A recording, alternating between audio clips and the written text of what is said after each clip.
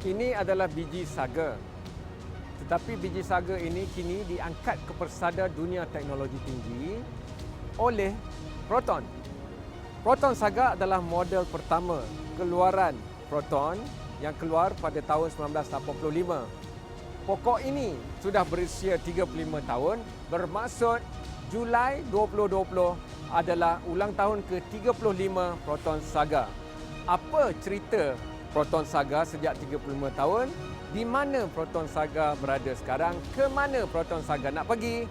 Hanya di edisi khas Agenda Wani tentang Proton Saga.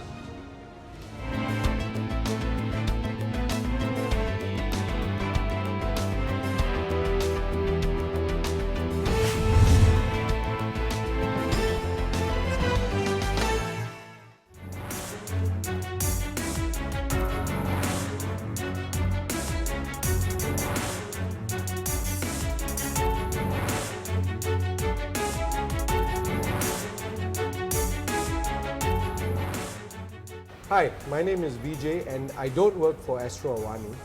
However, I have a good friend. His name is Kamarul, and I first met Kamarul more than 25 years ago when we worked on another TV station. And Kamarul had at that time Proton Saga, and it was RB2002. So nearly 30 years later, Kamarul is still driving the same RB2002, and today is the 35th anniversary of the Proton Saga. And so I said to him, for a change, I'm going to make you the subject and I'm going to interview you. So here we are. We're going to talk to Cam for a little while, and he's going to tell us a bit about his story with the Proton Saga. So Cam, it's Long time no see. long time no see, yes. I am a little bit annoyed at the fact that you don't look very much different. And, yeah, here I am, but that's okay. Let me ask you, why the Proton Saga for this long? Aside from the fact that you're cheap, which we know. Okay, I'll take that. Saya kenal Vijay lama, tapi kita terputus hubungan. Saya gembira kerana the reunion happened at this very important brand called Proton. Sebab saya masih menggunakan Proton Saga versi keluaran 1985, bulan Julai 2020 adalah genap ulang tahun ke-35 Proton Saga yes. dikeluarkan. Yeah. It's not about the car, actually. It's about the car enabling, for the first time, ordinary Malaysians to aspire to produce something at international level of, at that time, an engineering feat. Because who would have thought that Malaysia, still grappling with the remnants of reliance on commodities, Yes. producing high technology consumer good called a car. Yep. That kind of mobility is not just a four-tired mobility, but it's about the mobility of people like me, who was born into the paddy fields of Perlis, being able to work with cameras in a TV studio and doing content for the world. So the parallel to that, for me, was this baby right here and its brothers and sisters. Because without this model, we still wouldn't have our own ground-up, start-to-finish Malaysian car. Kita So that's why. actually, we all were, kita generasi Saga lah. Sebab Yeah. when you think about that place in time, masa Malaysia masa tu, kita boleh dikatakan we were the promised generation. Wawasan 2020, Proton Saga. Dia macam statement of intent. If you think about it, the first Southeast Asian country to say you're going to make a car. And as you said, kita baru keluar daripada kelapa sawit, getah, tin dan sebagainya. And the idea that this small nation would be so insolent as to make a car, are you kidding? Yeah. But okay, dari segi kita lupakan patriotisme dan sebagainya. Ya. Sejak 1985 dan hingga sekarang sudah 35 tahun. Dan perjalanan Proton tidak mengikuti trajectory yang kita sepatutnya lah. Tapi dalam 35 tahun itu, kalau kita lihat industri otomotif, tahun 1985 total car sales dalam 67,000 kereta. Tahun lepas 559,000 kereta. Of course kita tak boleh bandingkan and say oh ini all because of Proton. Tapi semasa 1985 kita punya automotive industry hanya adalah pemasangan, assembly, glorified assembly. Sekarang we have, as you said, end to end. Tapi bukan hanya untuk Proton, for all the other manufacturers. We have vendors who are supplying to Thailand, to other parts of the world, even to China. Kita di media kita faham perubahan masa. Kita faham bahawa untuk Saga ni nak jadi popular seluruh dunia sukar. Kita perlukan satu inovasi baru. Jadi apabila bentuk ini, this is known as a sharp line, right? Yes. Tetapi Wah, you know one or two things about terpaksalah nak datang Proton. boleh tahan. So bila Proton mula bergerak ke arah a more rounded lines yang lebih cita rasa feminin dalam arti kata itu, jadi saya rasa saya perlu keluarkan cerita itu. Jadi sekarang tujuan saya bersetuju supaya agenda Awani di hijack, dirampas sebentar oleh VJ dan Proton adalah kerana saya juga nak meminta itu daripada pentadbiran Proton sekarang yang saya rasa mempunyai keupayaan untuk bawa kita ke peringkat lebih tinggi. Banyak yang kita pelajari dalam sejarah itu. Kan kita dah pelajari macam mana nak ada vendor ataupun dalam rantaian bekalan itu syarikat-syarikat kecil yang lebih kecil untuk memberi kualiti yang lebih besar. Kenapa saya lahir di utara di Perlis, jadi saya kenal Thailand tu sejak kecil. Kenapa kita yang beraspirasi kereta nasional dahulu dan melaksanakannya, tetapi sekarang Detroit of Asia sebenarnya ialah Thailand. Dan ramai usahawan Malaysia yang berjaya menumpang di atas kejayaan Thailand dan menjadi berjaya. Ramai antara mereka memulakan perjalanan itu oleh kerana Proton. So, when you look at that, rasa kadang-kadang macam, sebab we should have been there. Tapi okay, you know, fine. Ada anjakan, we won't use paradigm, but there have been shifts. Dan going forward, let's realize one thing. Auto industry dia macam hourglass. Either you have volume or you are premium. Kat tengah tu tak ada. We are a country of 30 million people. Tak cukup. Jadi moving forward, having partnership, the name of the game for the automotive sector is supply chain. Speed, supply chain, technology. Right? Jadi kalau we don't have a strong partner, we are not going to be able. Kita jadi jago kampung lah, and that is clearly not our point of view. So, final words. What's your sweetest memory, or termanis dan terpahit lah dengan your RB200 boleh. on a personal level? Saya nak jawab macam ni. Satu, sinonimnya kerjaya wartawan dengan Proton Saga.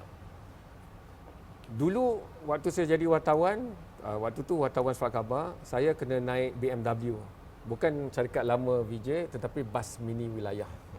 Tetapi disebabkan wartawan ni kerja tak ikut masa. VJ dan saya pernah duduk bilik menyunting atau editing sampai subuh pun pernah. Jadi macam mana nak naik BMW tak ada. Pukul 6 lah. Jadi itu sejarah bermula. Kereta Saga saya, bapa saya yang paksa rela saya. Sebab itu plate dia RB kerana dia beli daripada bekas kepunyaan Kerajaan Negeri Perlis dalam satu lelongan. Tak murah tapi okey. Tapi bila saya di dalam kereta itu, saya tahu saya boleh mengejar apa jua tugasan dan letakkan dia di mana jua. Tempat yang bercahaya terang ke, jalan belakang mati kata orang, pun okey. Safe kan? Kerana dia kukuh, dia kuat. Kenapa kenangan itu? Kerana saya rasa bila saya penat, dan bila kita kerja dalam media ni, ia memberikan tekanan yang hebat kepada fizikal dan mental. Tetapi bila saya dalam kereta Saga saya, dalam perjalanan pulang atau pergi kerja, saya ingat lagi, takkah juga tekanannya hebat bagi kumpulan jurutera pertama anak bangsa Malaysia? Tidakkah tekanannya hebat kepada mekanik-mekanik juru reka, semualah pelukis, pentadbir. Kerana bayangkan, politik menunggu, rakyat menunggu, industri menunggu. Apakah keluaran, dan inilah dia yang pertamalah. Of course, tentunya banyak lagi kita boleh buat lepas tu. Jadi itu memberikan saya banyak kenangan lain. Saya ingat kadang-kadang kerana kita keluar bawa kereta ni masa tak tentu dan pergi ke mana jua. Ada sekali tu saya di satu bulatan. Bulatan tu ada lampu isyarat dan saya tengah cuba menghafal beberapa poin untuk dibawa kerana cara saya dalam industri adalah saya suka perbincangan yang hebat sebelum kami memilih topik dan sebagainya.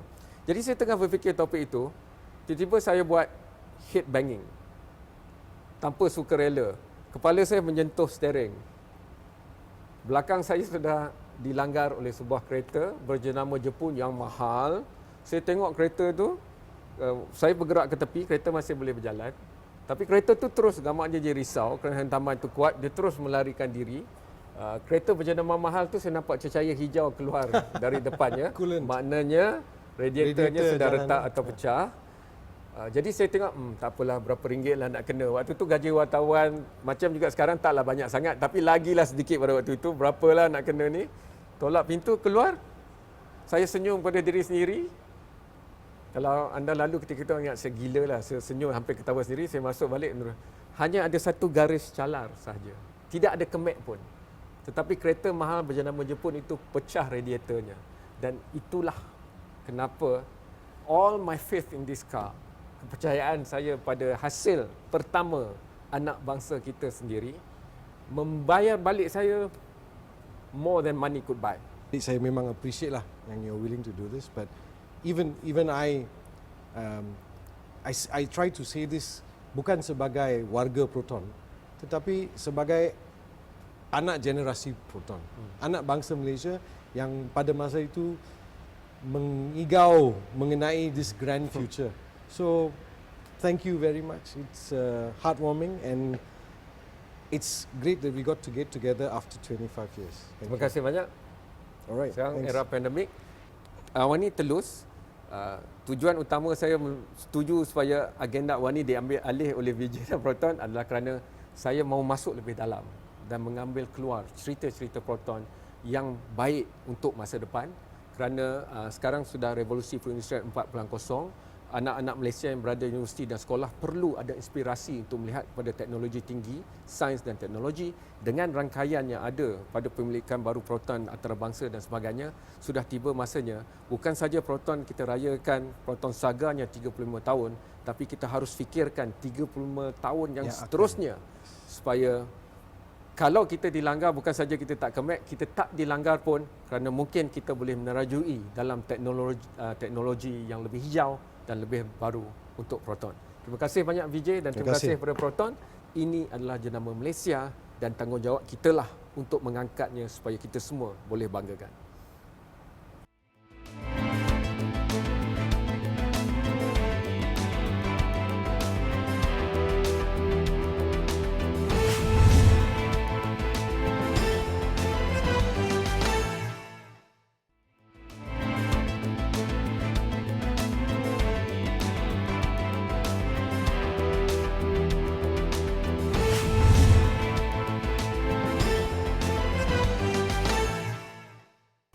Sedar tak sedar sudah 35 tahun Proton Saga menyambut hari jadi ke-35 bulan Julai 2020 dan ini episod agenda yang istimewa kerana Proton mengambil alih episod ini buat beberapa ketika. Kini saya ambil alih balik. Oleh itu saya nak teruskan perbualan saya dengan saudara Azlan, ketua reka bentuk Proton. Dulu pun ketika kita bercakap tentang Proton Iris, apa bezanya, terutama reka bentuk tu yang saya tarik keluar, saudara Azlan pernah keluar di agenda. Cuma saya nak sambung kali, tanya untuk 35 tahun Proton, lama kita tak jumpa, Proton Saga at that. Apa yang boleh saudara Azlan komen pada bidang saudara Azlan tentang evolusi Saga dari 35 tahun dulu? Sebenarnya perubahan Saga ni over time sangat signifikan lah. Walaupun ia bukan satu lonjakan yang mungkin ketara sangat, tapi incrementally, sedikit demi sedikit ia dah memberi, saya suka menggunakan perkataan ilham. Ya? Dari sudut reka bentuk, ianya sedikit memberi kita perspektif kepada apa maknanya jadi rakyat Malaysia. Okey. Ya, kerana angle dia, perubahan tu didokong oleh rakyat Malaysia. Okey. So reka bentuk yang mula-mulanya significantly Mitsubishi, Ya. Jepun, berubah kepada sesuatu yang asli, original yang kita kenal sekarang ni. Dan saya rasa itulah perkara yang paling nyata sekali. Sedar tak sedar kita. Ada versi khas lah, edisi khas lah dalam konteks itu. Warna hitam, ada 1,100 buah saja. Boleh saudara Azlan berikan pemikiran di sebalik itu daripada dalam Proton? Okay. Mula-mula semasa kita tahu yang kita ingin meraihkan hari yang signifikan ini, kita tahu kita perlu cepat. Jadi kita memperlihatkan kereta yang kita buat sebenarnya 10 tahun yang lepas. Okey. Iaitu versi 25 tahun Proton. So apa yang kita buat sekarang ni hendaklah berbeza dengan apa yang sebelumnya. Yang sebelumnya warna putih for example kan. So kita tahu kali ni kita pusing 180 darjah warna hitam. Sebab dalam selection warna eksterior kereta Proton Saga ni tak pernah ada hitam. Ya. So pertama kali unik. Betul. Ya. Dan dengan adanya warna hitam tu, kita terfikir kenapa tidaknya kita ada link kepada Harimau Melaya. Okey. Itulah kenapa adanya Kuning. kepada warna kereta tersebut. Ya, Okey. sedikit sebenarnya macam itulah tema reka bentuk Saga Anniversary. Jadi kita tak boleh cakap tentang sejarah kerana harapan rakyat Malaysia pada Proton itu besar. Kita lihat bagaimana sambutan terhadap X70. Pada pendapat saya, edisi khas ni juga tengoklah nanti. Saya pun mungkin tak sempat 1,100 ni. Apa gambaran masa depan reka bentuk? Bukan saja untuk Saga tapi untuk Proton keseluruhannya. Secara amnya saya rasa amatlah cerah. Ya. Dengan pelibatan kita dengan Geely, seharusnya memberi kita peluang pergi ke hadapan yang sungguh jauh dengan akses kepada teknologi dan kemahiran yang sebelum ni kita tak ada. Ya. So dalam proses pembelajaran tu kita telah melonjak jauh ke hadapan. Dan sekarang ni pun terbukti kita bukan sahaja perlu ataupun boleh membuat kereta sendiri, tapi kita membantu mereka juga. Dan kita dah menguarak langkah untuk membuat kereta-kereta baru untuk masa hadapan. Okey. Sekarang dalam dunia pemotoran antarabangsa ni, apa the chic design lah? Dulu saya ingat waktu Iris kita cakap tentang smoother lines, touch sharp punya design. Sekarang bagaimana? Sekarang ni ia lebih kepada reka bentuk wow. Okey. Sportiness, tak kira segmen kereta kecil ataupun besar, kita akan nampak semua orang ada kehendak untuk elemen-elemen sport. Okey. A ke B ke apa pun saiznya. Yeah. Ini edisi khas Agenda Awani bersama dengan kerjasama Proton untuk melihat bukan saja pada legasi negara, bulan Julai juga ulang tahun 50 untuk Rukun Negara, tetapi juga untuk bagaimana kita nak menuju masa depan. Terima kasih kepada hero-hero negara yang ada di Jabatan Reka Bentuk untuk Proton dan Saudara Azlan, dan terus ikuti Agenda Awani.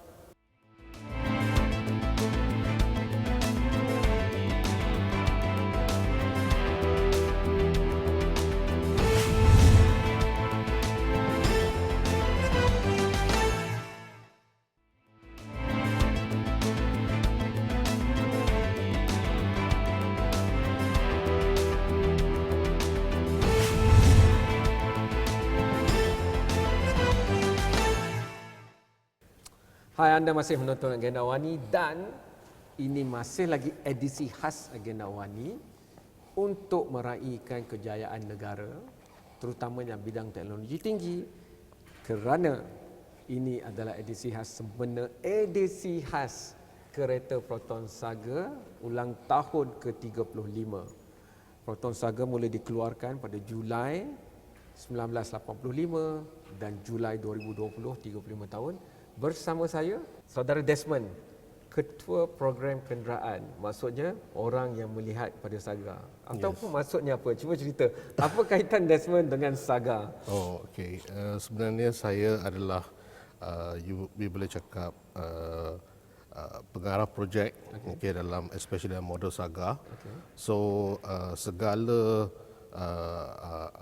urusan technical and also commercial saya perlu melihatlah dengan lebih teliti sebelum membuat keputusan untuk melaksanakan projek ni lah. Okey.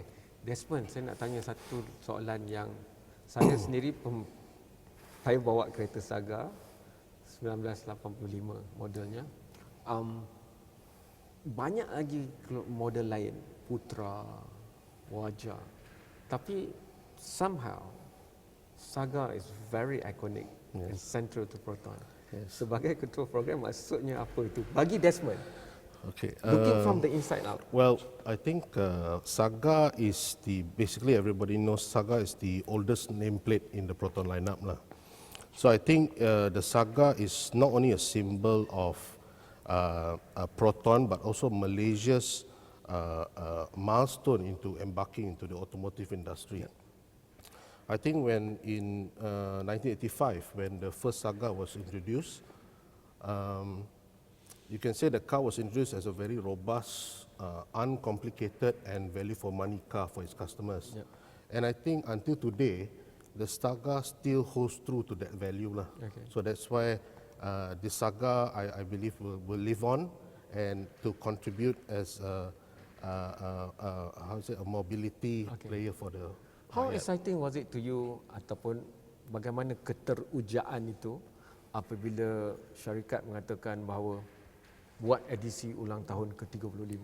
I think dia sebenarnya menariklah bagi saya dan saya rasa bangga kerana dapat it's an honor to get this peluang lah untuk buat projek ni. Dan selalunya kebiasaannya kalau kita buat anniversary edition, you want, of course, ramai inginkan satu kereta yang performance dia lagi tinggi daripada yang biasa and so on.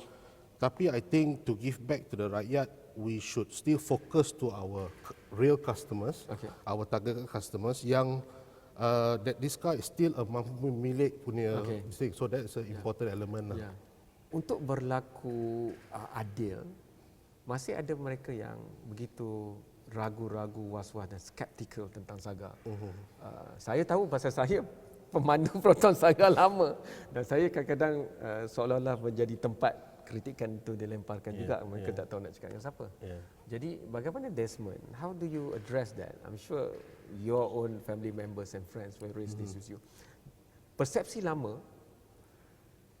sampai tol je menangis kerana terpaksa buka pintu, bukan buka atau wind down the window. Mungkin Desmond dah lalui sendiri dan sebagai ketua program dulu. Actually, masa zaman remaja dulu, bapa saya memang ada kereta Proton Saga lah dan saya selalu bawa kereta ni lah dengan kawan-kawan, bawa pergi Federal Highway, macam biasa lah. 1.3. So 1.5 megawatt manual transmission. So this was I think dalam 1992. And dalam my pengalaman ni, of course, I think the Saga, I think everybody knows about power window and so on kan. So I remember saya rasa saya dah expert dah buka door trim ni. So I selalu buka. So I think one of that is why it calls me to become an electrical engineer. So I pursued my degree in electrical engineering in University Technology in Malaysia. And after I left the university, eventually it led me directly back to Proton.